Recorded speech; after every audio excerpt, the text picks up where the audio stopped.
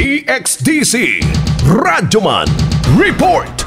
Uni yung driver, suspect driver, oo. So, XRM siya.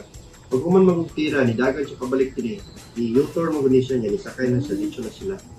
Aduna na yung mga nakalap ng mga CCTV footage si Police Major Antonio Luy, Station Commander sa Bahada Police Station, sa pagpusil patay sa kanhi politiko sa Katiil, Davao Oriental ug negosyanteng si Jessilo Castellones. Sa eksklusibong interview sa DXDC Arman Davao kang Police Major Antonio Luy, gipakita nini ang mga profile sa posibleng gun for hire nga mga suspect nga sakay sa Black XRM motor nga nagsilbing getaway vehicle human sa pagpumusil sa biktima. Ang gunman ang nasa 5'4" ang height, slim built, brown complexion ang nagpangidaron sa 35 ngadto sa 40 anyos, samtang medium built ang driver sa motor nga suspect.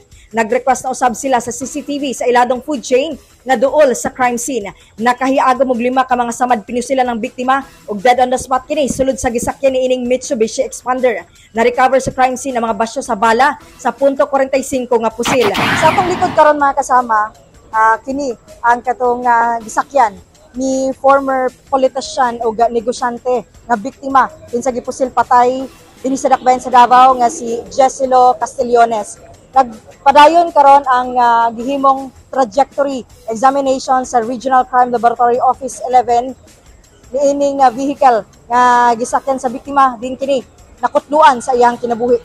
Sigo ni Luy, ang biktima kauban ng iyang live-in partner nga si Alma Luzentes ug on-call driver kinsa samdan usab nga si Juni Castro. Aniya sa syudad 4 days ago para sa business transaction. Ngaron kaha diri sa Davao nahitabo ang shooting incident.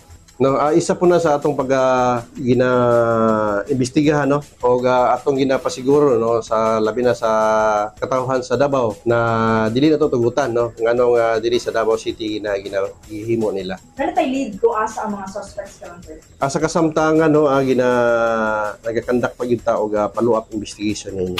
Sa in-depth investigation sa Special Investigation Task Group, daghang motibo ang ilang gisubay base sa profile sa 67 years old nga biktima kinsa negosyanteng Sand and Gravel. Aduna usab kini aktibidad nga sabong, kani usab kining political consultant ug campaign manager sa ilang lugar sa Katiil, Davao Oriental. Kasama mo sa balita ug serbisyo publiko, Radyoman Amy Ginita, Tatak RMN. Tatak RMN.